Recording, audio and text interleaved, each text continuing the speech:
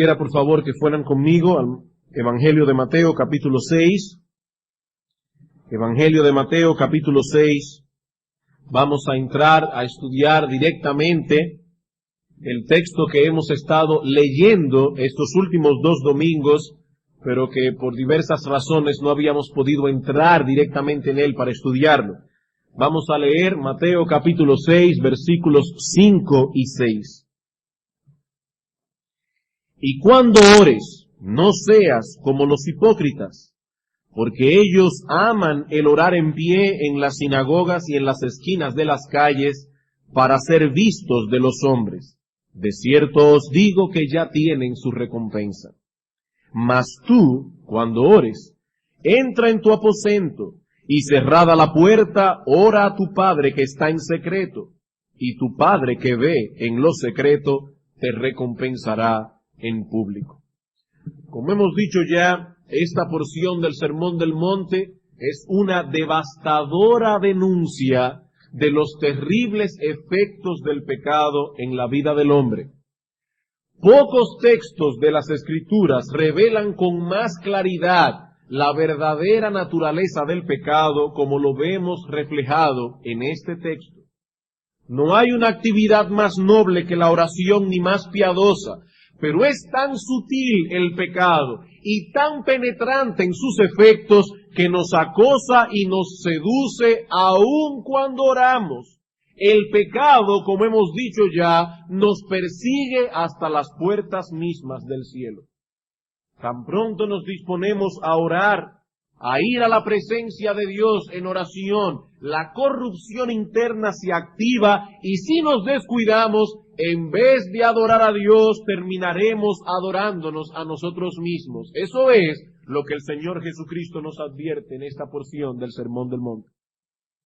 Generalmente, asociamos la palabra pecado con hechos vergonzosos, con actos externos específicos. Un hombre borracho, un robo, un homicidio, pero el pecado es en realidad una disposición del corazón que no siempre se manifiesta a través de actos externos. Como alguien ha dicho muy acertadamente, el pecado es, en último término, el adorarse o el adularse a sí mismo. Eso es el pecado. El pecado es, en último término, al final del análisis llegaríamos a la conclusión de que no es otra cosa que autoadoración, autoadulación. Se trata de algo tan engañoso que se manifiesta en la vida del cristiano, incluso cuando realiza sus deberes religiosos. Esa es la enseñanza esencial de Cristo en este pasaje. Cuando vemos a un hombre borracho tirado en la calle o dando tumbos, ese es, sin lugar a dudas, un cuadro patético de los efectos del pecado en el hombre. Sí, es un cuadro muy patético. Pero cuando vemos a un cristiano de rodillas en la misma presencia de Dios, luchando con su corrupción y asediado por su yo, esa es una imagen más aguda y más precisa de la verdadera esencia del pecado. Este hombre ha venido a derramar su alma delante de Dios, pero su corrupción interna lucha por llevarlo a centrarse en sí mismo en vez de centrar sus pensamientos en Dios. Ese es el problema del que Cristo se ocupa en esta sección del Sermón del Monte. Debemos permanecer en vela, vigilando continuamente nuestro corazón, porque de lo contrario convertiremos nuestra vida religiosa en un espectáculo que busca el aplauso de los hombres y no el aplauso o el agrado de Dios. En el versículo 1 del capítulo 6 el Señor nos da una advertencia general. Guardaos de hacer vuestra justicia delante de los hombres, para ser vistos de ellos, para hacer un espectáculo delante de ellos. De otra manera, no tendréis recompensa de vuestro Padre que está en los cielos. Esa es la enseñanza general de esta porción del Sermón del Monte. Ya vimos esa enseñanza aplicada a las obras de misericordia en los versículos 2 al 4. Dice el Señor en el versículo 2, cuando pues des limosna, no hagas tocar trompeta delante de ti, como hacen los hipócritas en las sinagogas y en las calles. ¿Para qué? ¿Cuál es su motivación? Para ser alabados por los hombres. De cierto os digo, ya tienen su recompensa. Y a partir de hoy pasaremos a considerar esa misma enseñanza general, pero en lo concerniente a nuestra vida de oración. Al igual que en el ejemplo anterior, el Señor abre su enseñanza con una presuposición. Él presupone que los cristianos oran. Eso es parte integral de la vida cristiana. Vean el versículo 5. Y cuando ores, versículo 6, mas tú, cuando ores, versículo 7, y orando. Aquí no hay una orden expresa a orar. El Señor más bien presupone que todo cristiano ora, pero no presupone que todo el que ora es cristiano. Hermanos, esta diferencia parece muy sutil, pero no es un mero juego de palabras. El Señor presupone que todo cristiano ora, pero no presupone que todo el que ora es cristiano. Muchas personas ejecutan cada día sus deberes religiosos y en cierto modo se puede decir que oran. Pero si examinamos más profundamente lo que están haciendo y lo comparamos con lo que la Biblia enseña acerca de la oración, nos daremos cuenta de que en realidad no oran.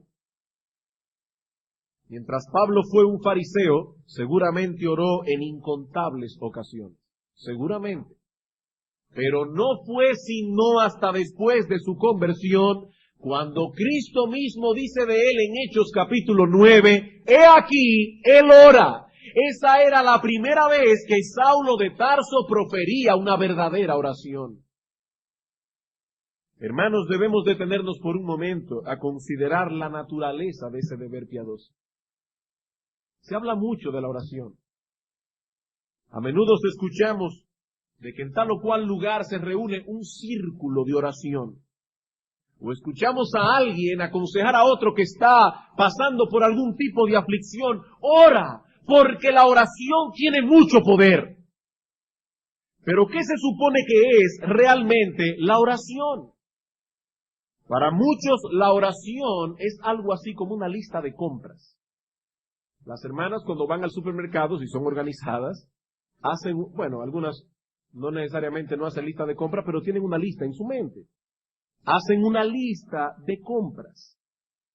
Hay personas para quienes la oración no es más que eso, una lista de supermercado. Me voy a presentar delante de un ser todopoderoso que puede suplir todas mis necesidades y le voy a exponer una por una todas las cosas que necesito. Y de ese modo lo voy a obligar a concedérmelas. Hermanos, ¿es a eso que la Biblia llama orar? Venir con una lista de necesidades delante de Dios y obligarlo por medio de la oración a que Él las incluya en sus planes. ¿Qué es orar? Haciendo una simbiosis de la definición que encontramos en el Catecismo Mayor de Westminster y el Catecismo Menor, porque una tiene palabras y frases que la otra no tiene, haciendo una simbiosis de estas dos definiciones, obtendremos una definición bastante amplia, comprensiva y apegada a la enseñanza de las Escrituras tocante a la oración. Dicen estos catecismos, los dos juntos. La oración es el ofrecimiento de nuestros deseos a Dios por todo aquello que es conforme a su voluntad, en el nombre de Cristo y por la ayuda de su Espíritu, confesando nuestros pecados y reconociendo con gratitud sus beneficios. ¿Qué es la oración? Es el ofrecimiento de nuestros deseos a Dios por todo aquello que es conforme a su voluntad, en el nombre de Cristo, es decir, por los méritos de Él, por la mediación de Él, y por la ayuda de su Espíritu, porque muchas veces no sabemos cómo orar, el Espíritu tiene que auxiliarnos, confesando nuestros pecados y reconociendo con gratitud sus beneficios. Ahora, noten, hermanos, cómo los autores de estos dos catecismos enfatizan el elemento de la adoración en la oración. Cuando un cristiano ora, dicen ellos, está ofreciendo sus deseos a Dios, como quien trae una ofrenda al altar. El asunto no es hacer saber a Dios cuáles son las cosas que necesitamos, porque dice la Escritura que Dios conoce mis necesidades antes de que yo se la pida. Tampoco debemos ver la oración como un mecanismo para ablandar el corazón de Dios o para forzarlo a cambiar sus planes. Nuestro Dios es inmutable. Y no solo eso, lleno de misericordia. Nuestras oraciones no lo harán cambiar de parecer. Hermanos, nuestras oraciones no hacen que Dios cambie de parecer. Ni tampoco lo inclinará a nuestro favor más de lo que Él ya está inclinado a favorecernos. De hecho, ¿saben una cosa? Que puede sonar paradójica, pero es verdad. Dios está más dispuesto a bendecirnos que lo que nosotros estamos dispuestos a recibir sus bendiciones. No, nosotros no tenemos que ablandar el corazón de Dios. Ni tenemos que obligarlo a cambiar sus planes, porque sus planes para nosotros son para nuestro bien. Si Dios cambiara sus planes para con nosotros, sería una maldición. La oración es más bien un reconocimiento de nuestra necesidad y de la suficiencia de Dios. Al orar, proclamamos que Dios es grande y que nosotros confiamos en que Él es el dador de todo bien. Así como los creyentes del antiguo pacto ofrecían sus sacrificios a Dios y de ese modo lo adoraban, traían ofrendas en olor fragante, así también nosotros venimos delante del altar y no venimos con las manos vacías, nosotros venimos a traer delante de Él en sacrificio los deseos de nuestro corazón. Eso es orar. Y Dios se deleita, hermanos, Dios se goza. Eso sube como olor fragante cuando su pueblo ora con esa conciencia. Benjamin Palmer, un ministro del siglo pasado, resume todo esto diciendo, escuchen esto porque aquí a esto no le falta casi nada. Él dice que la oración son tres cosas. Por un lado, la apelación de una criatura dependiente. Por otro lado, el gemido de un corazón o de un pecador culpable. Y en tercer lugar, la adoración articulada de un alma inteligente. ¿Qué es la oración? La apelación de una criatura que sabe que depende de Dios y él apela a Dios. Por otro lado, el gemido de un pecador culpable y por el otro lado, la adoración articulada de un alma inteligente. Eso es orar. El hombre que ha sido despertado a la grandeza de Dios y que ha sido despertado a su propia debilidad y a su propio pecado, no puede hacer otra cosa que orar. El Señor presupone que todo pecador que ha sido traído a la vida por el poder regenerador del Espíritu Santo, ora. No puede hacer otra cosa que orar. Y el apóstol Pablo nos dice en Romanos capítulo 8, versículo 15, no habéis recibido el espíritu de esclavitud para estar otra vez en temor, sino que habéis recibido el espíritu de adopción por el cual clamamos Abba, Padre. Si hemos recibido ese espíritu de adopción, no podemos hacer otra cosa que orar. De hecho, el Señor Jesucristo nos dice en Lucas capítulo 18, versículo 7, que una de las marcas, una de las características de los escogidos es que claman a Dios día y noche. Día y noche. Amigo que estás aquí en esta mañana, permíteme hacerte una pregunta. ¿Tú oras? ¿Tú oras? Ahora nota, yo no te estoy preguntando si al venir a la iglesia los domingos pronuncias tus oraciones, no. Tampoco estoy preguntándote si acostumbras a orar antes de comer, o si has acudido a Dios en oración en momentos de necesidad y aflicción. No, la pregunta es, ¿tú tienes el hábito de apartarte a solas para tener comunión con Dios a través de la oración? Cuando nadie te ve en la soledad de tu habitación o en cualquier otro lugar privado, tienes un tiempo en el cual derramas tu alma delante de Dios, exaltas sus grandezas, expresas tus acciones de gracias, confiesas tus pecados, suplicas por su gracia, intercedes por otros. Si no es así, es mi deber decirte en esta mañana que tú no eres cristiano. Tú no eres cristiano. En el Salmo 14:4 se describe a los impíos como aquellos que no invocan el nombre del Señor. Los verdaderos cristianos oran. Dice Juan Carlos Riley, el hábito de la oración privada y de corazón es una de las evidencias más reveladoras de una verdadera obra del Espíritu Santo. Y una vez más, yo te pregunto, ¿tú oras? Si tu respuesta es negativa, debes saber que no estás en el lugar en el que se reciben las bendiciones de Dios. Tú vives sin esperanza y sin Dios en el mundo. Es cierto que el Señor en su misericordia derrama sus bendiciones sobre todos los hombres, creyentes e incrédulos, aunque ellos ni siquiera se percaten de ello. Dice el Señor Jesucristo que Dios hace salir su sol sobre malos y buenos y que Dios hace llover sobre justos e injustos. Pero la crema de sus bendiciones están reservadas únicamente para aquellos que oran. Dice Santiago, no tenéis lo que deseáis porque no pedís. La oración es para el cristiano como la respiración para los seres vivos. No podemos vivir sin orar. El que no ora sencillamente no es cristiano. Ahora, si tu respuesta a mi pregunta es afirmativa, aún así no dejes de estar alerta, porque el Señor nos advierte aquí que en medio de esa actividad tan noble y tan piadosa, el pecado tratará de robarte la bendición divina.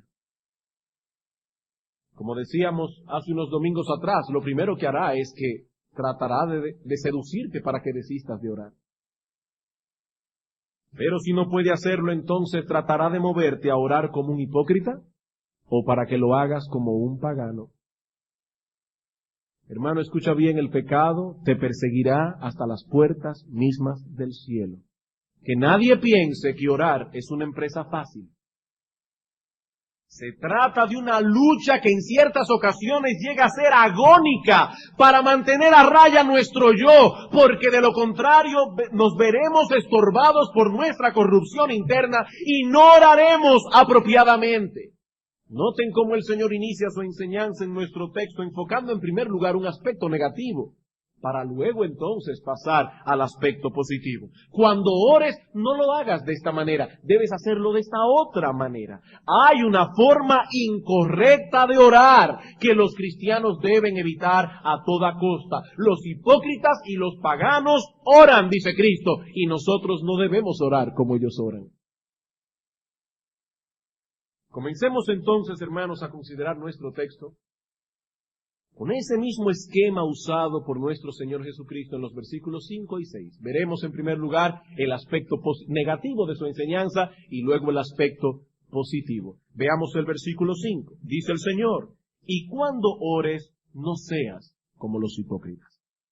Es necesario hacer la salvedad de que el Señor está hablando aquí de la oración privada del creyente. La oración privada del creyente, de esos momentos específicos en que nos disponemos a venir a la presencia de Dios, a derramar nuestras almas delante de Él, en adoración, en confesión de pecados, en acción de gracias, etc. La Biblia dice que el creyente debe vivir continuamente en un espíritu o actitud suplicante delante de Dios. En 1 Tesalónicas 5:17 dice el apóstol Pablo, orad sin cesar. No está hablando allí del momento en que yo me aparto a hacer mi devocional. Está diciendo, mantente todo el día en esa actitud suplicante delante de Dios mientras manejas tu carro, mientras vas en un carro público, mientras caminas por la calle, mientras haces los quehaceres de la casa. Orad sin cesar, pero no es de ese espíritu de oración constante del que el Señor habla, al menos no primariamente en este pasaje. Tampoco se refiere Cristo a ese tipo de oración que lanzamos como un dardo al cielo, pidiendo auxilio del Señor en un momento dado.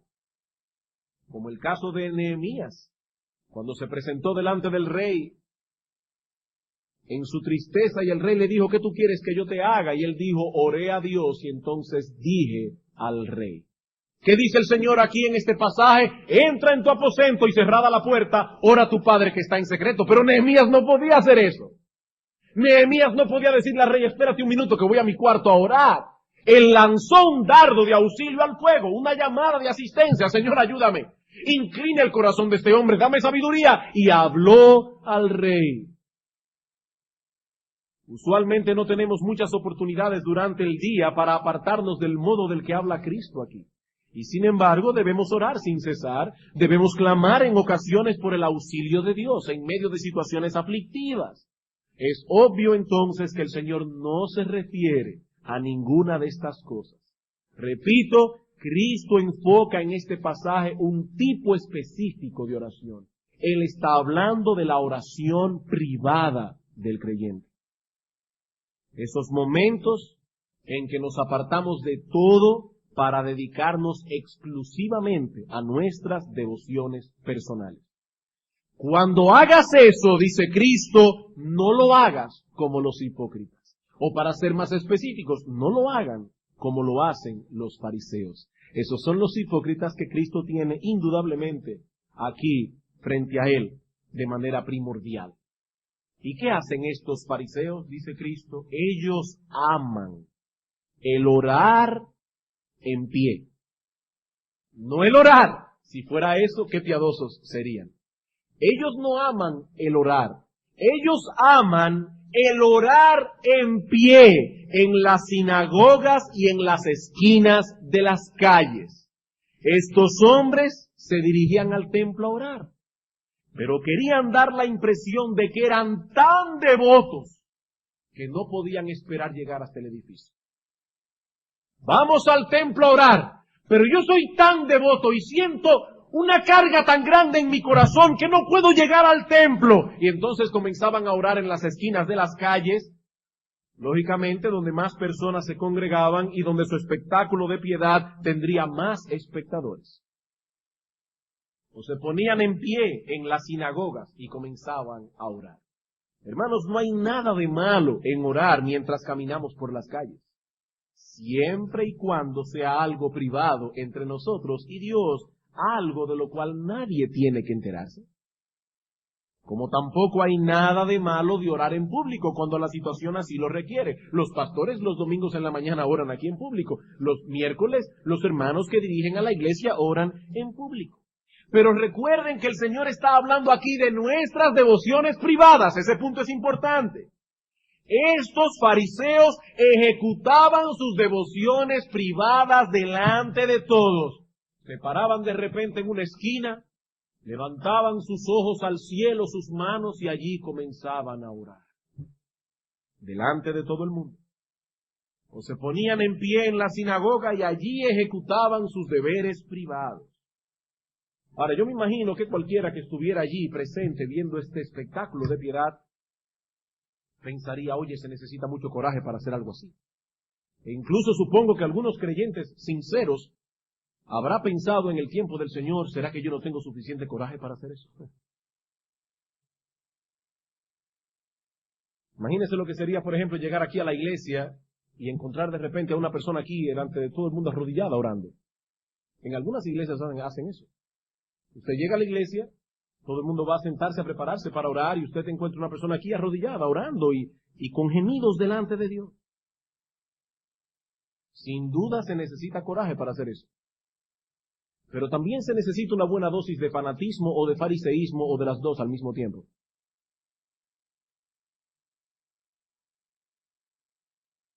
Hermanos, no se necesita un gran coraje para pararse en una esquina de la Duarte con París, con un altoparlante y comenzar a predicar a todo el mundo el Evangelio de Cristo.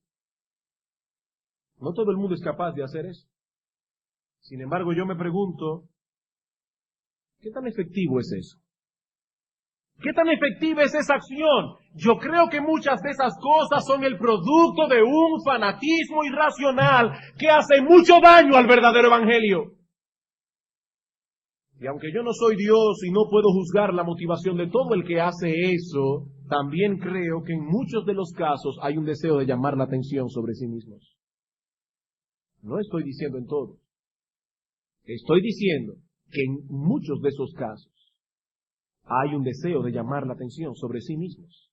Esa era la motivación del fariseo, ser vistos por los hombres, ganar una reputación de piedad, llamar la atención. Hermanos, ¿qué dijimos hace un momento que era la oración? Dijimos que es la expresión que fluye de una alma que ha sido iluminada para contemplar la grandeza de Dios por un lado y nuestra debilidad y miseria por el otro. Nada puede ser más incongruente que la oración que surge de un corazón autosuficiente y lleno de soberbia. Pero es tan engañoso el pecado y tan penetrante en sus efectos que puede llevar a prostituir el propósito de la oración si es necesario con tal de lograr su objetivo. ¿Y cuál es el objetivo del pecado? Habíamos dicho la autoadoración o la autoadulación. Estos hombres acudían al lugar en que Dios debía ser adorado y allí se adoraban a sí mismos. Vamos a Lucas capítulo 18.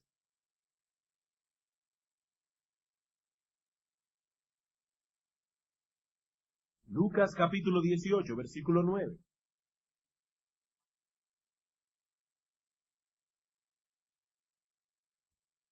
Vamos a leer hasta el 14.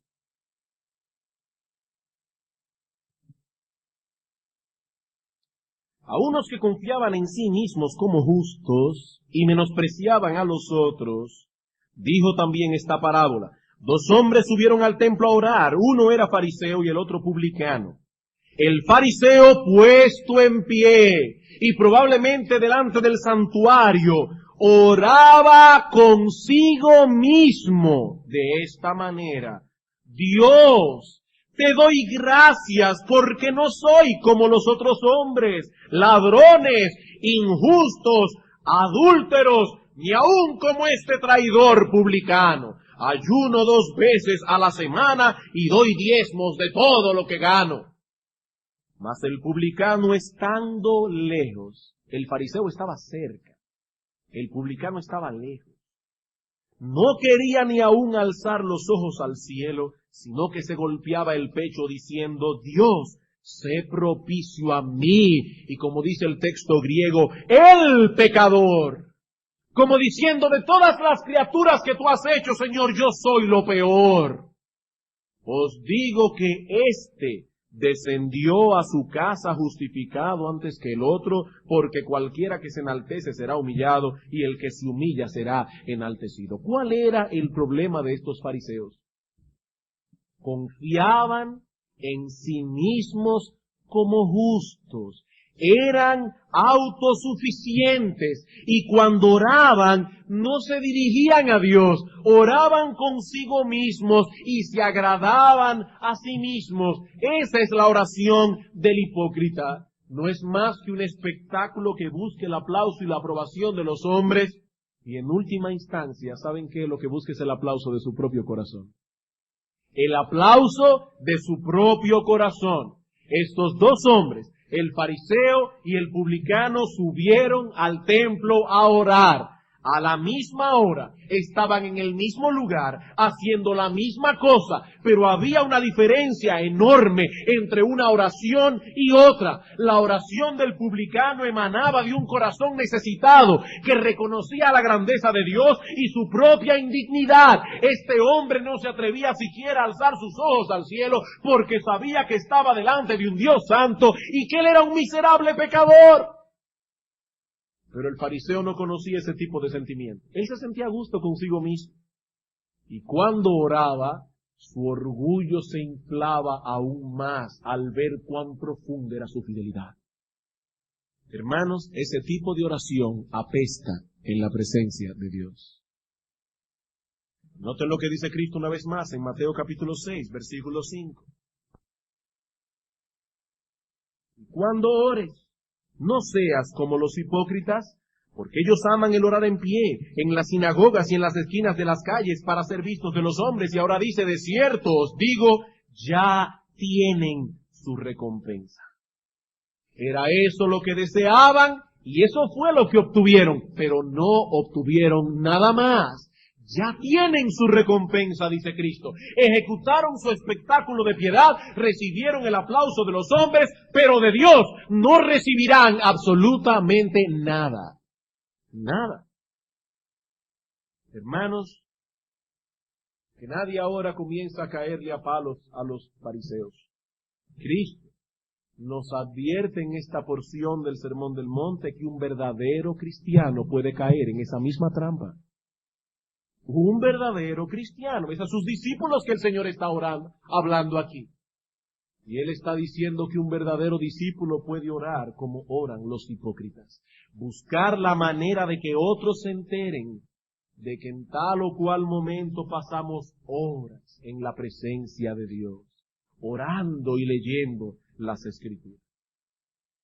Y si somos tentados aún en nuestras oraciones privadas, ¿cuánto más no lo seremos cuando nos toca orar en público? No hay nada de malo en orar públicamente, ya lo dijimos. En 1 Timoteo capítulo 2, versículo 8, escuchen hombres de la iglesia, Pablo dice, quiero pues que los hombres oren. Y está hablando del culto público, de la oración corporativa. Pablo dice que los hombres tienen la responsabilidad de guiar a la iglesia corporativamente en oración cuando eso lo requiere. Pero cuánto cuidado debemos tener al orar públicamente. Debemos vigilar nuestra motivación. Las oraciones públicas deben ser edificantes. Todo cuanto se hace en el culto debe hacerse para edificación. No es lo mismo orar en público que orar en privado. No es lo mismo. Pero antes de orar públicamente debemos cuestionarnos qué es lo que estamos buscando realmente. ¿Representar a la iglesia delante del trono de Dios? ¿O impresionar a los hombres por la manera en que oramos a Dios? El fariseo utiliza todos los subterfugios que tiene a la mano con tal de conseguir el aplauso de los hombres. Y lo obtiene, pero no lo olviden, no obtiene nada más. ¿Qué debe hacer el creyente para librarse de este mal? Veamos ahora el aspecto positivo de la enseñanza del Señor. Versículo 6.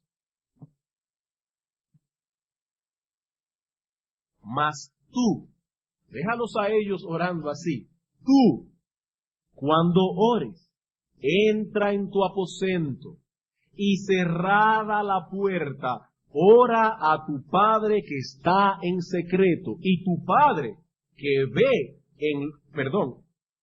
y tu Padre que ve en lo secreto te recompensará en público. Hay un énfasis muy marcado aquí en la privacidad de este deber piadoso. Noten, hermanos, en este breve versículo 4 expresiones que usa el Señor y que apuntan hacia la idea de privacidad. Dice el Señor, primero, entra en tu aposento. Segundo, cierra la puerta. Tercero, tu Padre está en secreto. Cuarto, tu Padre que ve en lo secreto te recompensará en público. Entra en tu aposento. Y esa palabra que usa el Señor aquí señala simplemente que el lugar debe ser privado. Busca el sitio más apartado que puedas encontrar dentro de tus posibilidades y allí dedícate a orar. Ahora, el Señor no está ordenando a sus discípulos que construyan una habitación de oración en sus casas. Su énfasis, hermanos, y esto es muy importante, no recae tanto en el lugar, sino más bien en la actitud de nuestra mente y nuestro corazón cuando oramos. Tal vez las casas de muchos de los que estaban presentes cuando Cristo expuso por primera vez su sermón eran casas de una sola habitación. Casas de una sola habitación. Así que si era una familia numerosa, probablemente no podía llevarse a cabo literalmente lo que Cristo está diciendo aquí. Hermanos, recuerden que al estudiar el Sermón del Monte siempre debemos cuidarnos de caer en el error de quedarnos en la letra sin percibir al mismo tiempo el espíritu y el principio que está detrás de la letra. El asunto no es buscar una habitación literal con una puerta literal. El asunto es mantener una actitud correcta al orar, lo cual nos llevará a buscar privacidad, no publicidad. Tal vez tus niños se levantan a las 6:30, 7 de la mañana y tú te levantas a las 5 y el comedor, la sala de tu casa es un sitio privado en ese momento. Ora allí. Pero allí no hay una habitación y yo no puedo cerrar la puerta, no importa, pero no hay nadie allí, no hay problema. Es el espíritu, hermanos, es el principio, es la actitud. Si lo que buscamos es publicidad, haremos todo lo que esté a nuestro alcance para que los otros se enteren de lo que hacemos. Ahora, si lo que buscamos es tener comunión con Dios, procuraremos por todos los medios apartarnos de todo aquello que pueda obstaculizarnos, todo aquello que pueda ser un estorbo para encontrarnos con Él. Como alguien ha dicho, la motivación determinará la manera. Es la motivación lo importante. ¿Qué es lo que tú pretendes hacer con ese tiempo? ¿Tener comunión con Dios? Entonces entra en tu aposento y cierra la puerta. Busca un lugar privado, porque lo que vas a hacer requiere de la presencia tuya y la de Dios, de nadie más. Solo 2 personas se requieren allí, tú y Dios. Se puede entrar en una habitación literal, cerrar una puerta y sellarla con aislante si usted quiere y ponerle un candado y aún así violar el mismo principio del que Cristo nos habla aquí. Llevando a cabo la directriz literalmente. Son muchas las formas que podemos usar para dar publicidad a nuestras devociones. Sabes que el otro día estaba haciendo mi devocional y entonces Dios habló a mi corazón a través de su palabra y me dijo esto y aquello, y entonces inmediatamente yo vine delante de Dios y me postré y le dije.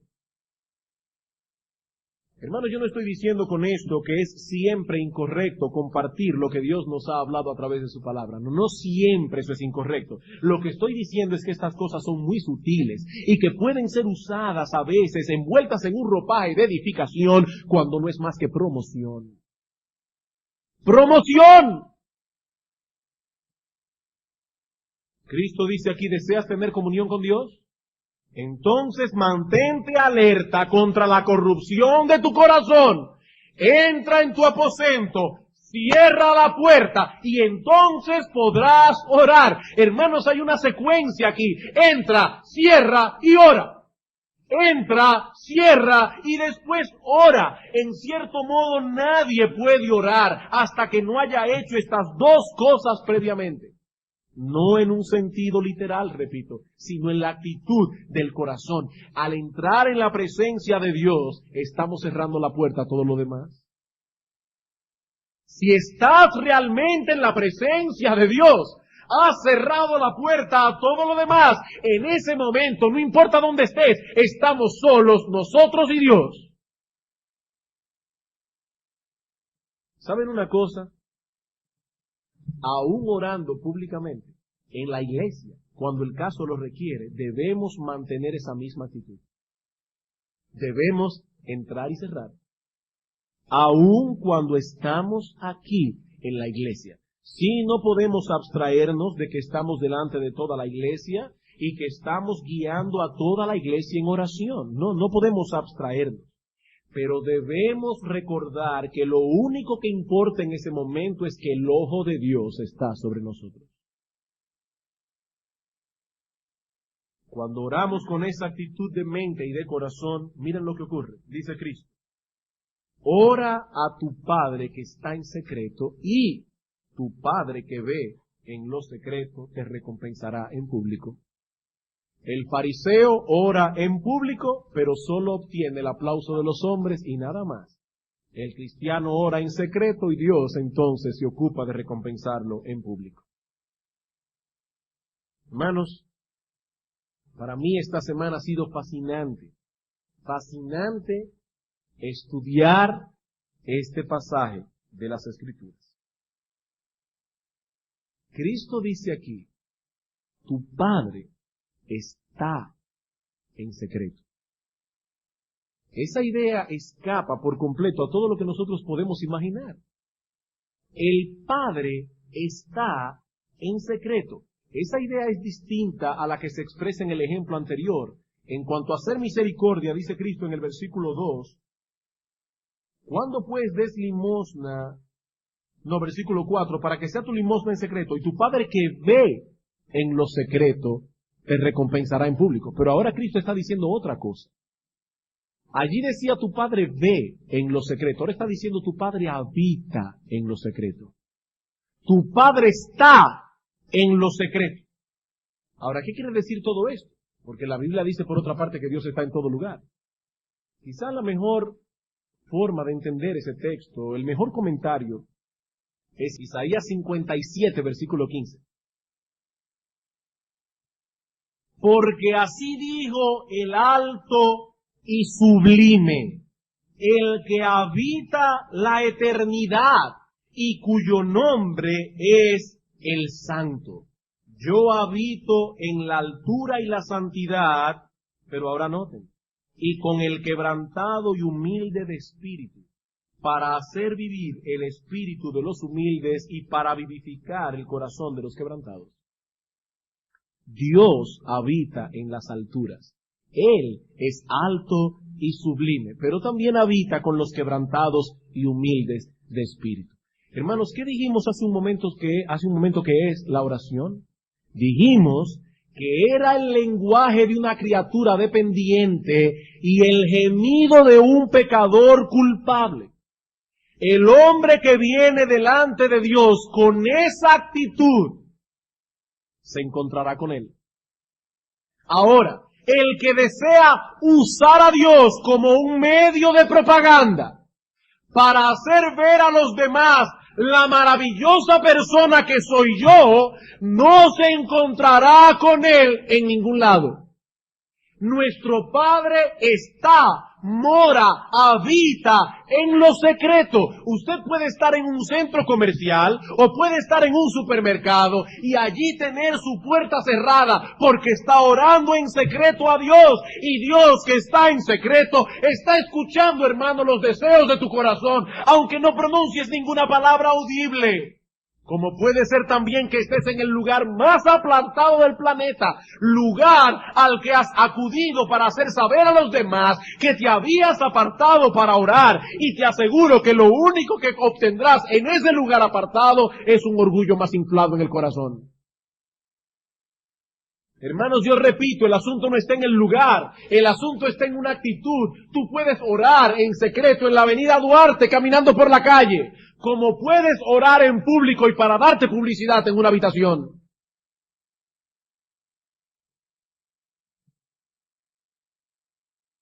Permiso, voy a orar. Entonces va y se tranca y cierra la habitación. Ya yo hice exactamente lo que el Señor me había dicho. Entra en tu aposento y cierra la puerta. Sí, hiciste exactamente lo que el Señor dice en este pasaje y violaste el principio bíblico.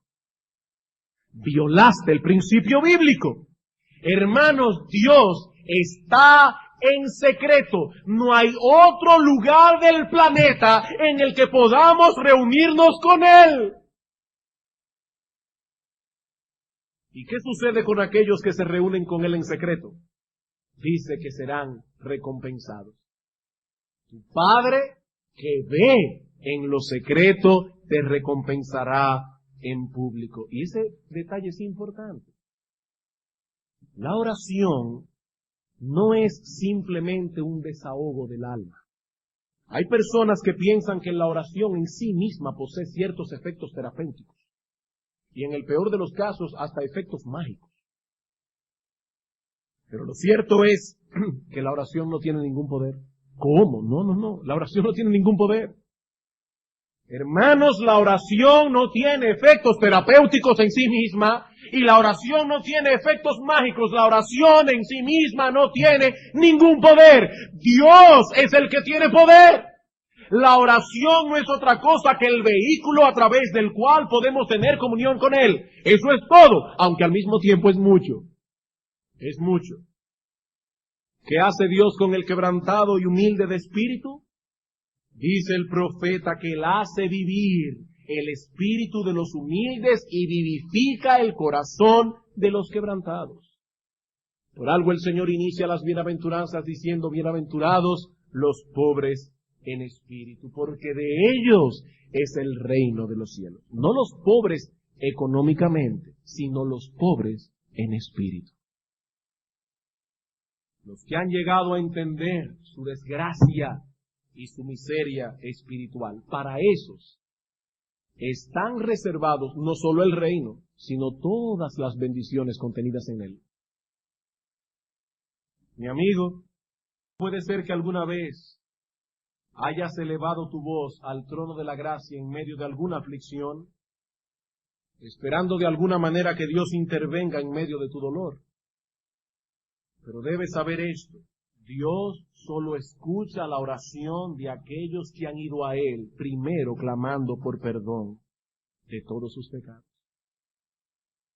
Dios solo escucha la oración de aquellos que se han humillado delante de Él en arrepentimiento y fe. Es a esos que Dios ha prometido escuchar, a los humildes y quebrantados de corazón. Y ahora yo te pregunto, ¿alguna vez has ido a Él con un quebranto en el alma por causa de tus maldades? ¿Y le has suplicado que sane tus heridas con la sangre de Cristo?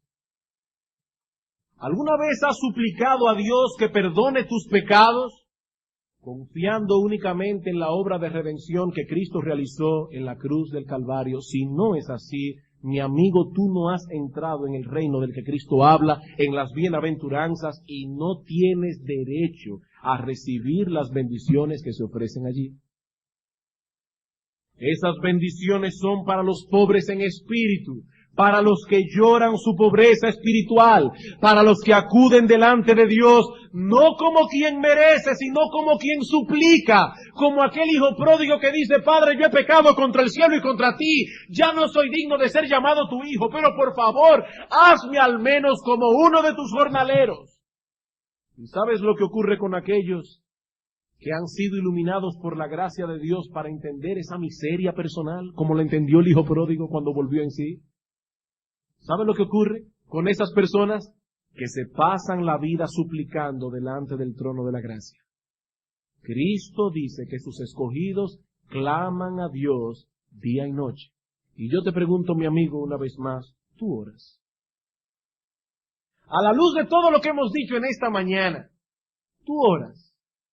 Si no lo haces, es porque aún confías demasiado en ti mismo, en tus propias capacidades, en tu propia suficiencia, y algún día verás aterrado el grave error en el que te encontrabas. Quiera Dios, quiera el Señor, que puedas ver ese error a tiempo, de modo que puedas recibir de Él su misericordia y su perdón, porque Él ha prometido que nadie que viene a Él será echado fuera. Nuestro buen Dios es amplio en perdonar para todo aquellos que van a Él pidiendo perdón y misericordia. Vamos a orar.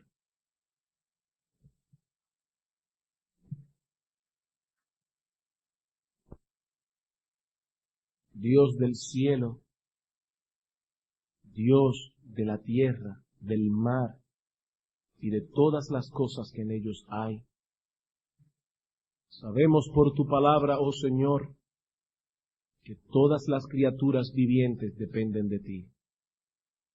Aún los astros, las estrellas, los planetas, están en su lugar porque tú los mantienes allí.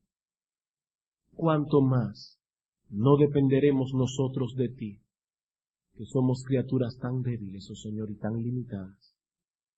Oh Padre nuestro que estás en los cielos, hemos estado orando por mucho tiempo por esta iglesia, que tú nos enseñes a orar. Pero ahora te pedimos, oh Señor, no solamente que nos enseñes a orar, sino que nos enseñes también cuán necesitados estamos de ti, para que continuamente acudamos delante de ti en oración. Ayuda, oh Dios, a los miembros de Iglesia Bíblica del Señor Jesucristo, para que sean hombres, mujeres, jóvenes y niños de oración. Pero ayuda también a muchos que están aquí, que son extraños a esta experiencia. Oh Padre nuestro, hay muchos aquí que están confiando en su propia justicia, en su propia capacidad, se creen autosuficientes. Enséñales, oh Dios, cuán frágiles son, y tráelos humillados a los pies de Jesucristo en este día. Oh Dios, salva a algunos de su propia autosuficiencia, para que dejen de adorarse y adularse a sí mismos, y a partir de hoy comiencen a adorar al único Dios vivo y verdadero. Bendícenos, oh Dios, en esta mañana. Te lo suplicamos en nombre de Jesús. Amén.